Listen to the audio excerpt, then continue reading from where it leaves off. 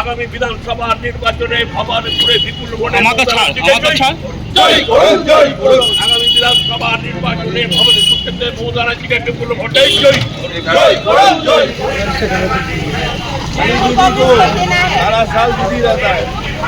একটু দাঁড়িয়ে যাবি তারা এসে আমার শুভেন্দু অধিকারী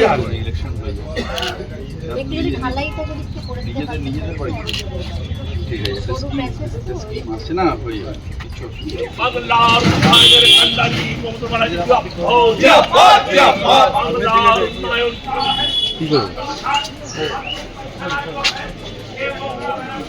আমরা অপোনেন্ট নিয়ে ভাবি না, আমরা ভাবি আমাদের মানুষের কাছে সেবার কোনো ত্রুটি হলো কিনা, মানুষের সাথে যোগাযোগের কোনো ত্রুটি হলো কিনা, মানুষ আমাদের ওপর কোথাও রেগে আছে কিনা, মানুষের সাথে আমরা আছি 24 ঘন্টা এবং সেইটাই চালিয়ে নেওয়ার জন্যে আমি নিজে এখন ভবানীপুর কেন্দ্রে বিভিন্ন জায়গায় এই door to door, not road to road, door to door করছি। প্রথম থেকেই আরজি কর নিয়ে একটা মিসকনসেপ্ট।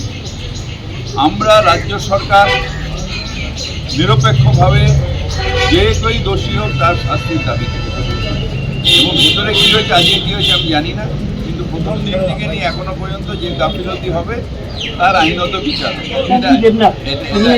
এটা ওদের ব্যাপার, ওরা এরকম ধরনেরই পার্টি, মাল নেবে দেবে, লড়াই হবে, ওই মাথা মোটাদের দল, এগুলো এদের নিয়ে আমরা বেশি চিন্তা করি।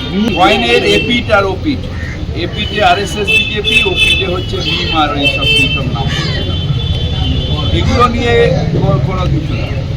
কমিউনালিজম শেষ কথা বলবে না, সেকুলারিজম শেষ কথা বলবে না, ধর্ম নিরপেক্ষতা শেষ কথা বলবে, ধর্ম অন্ধতা শেষ কথা বলবে না। এবং বিজেপি ফান্ডিং পার্টি, এটা বাংলায় সবাই জানে বলে ওয়েসি আজ পর্যন্ত একটা সিটও পায়।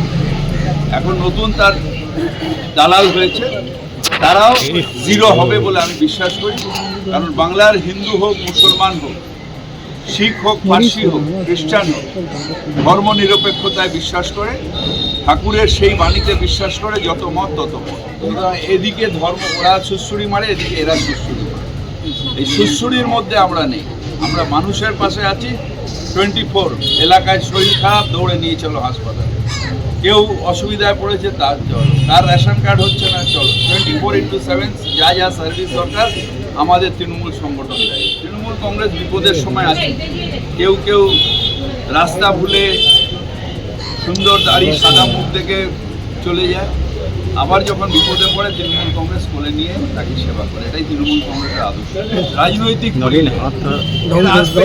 আসবে যাবে, আমরা থাকবো।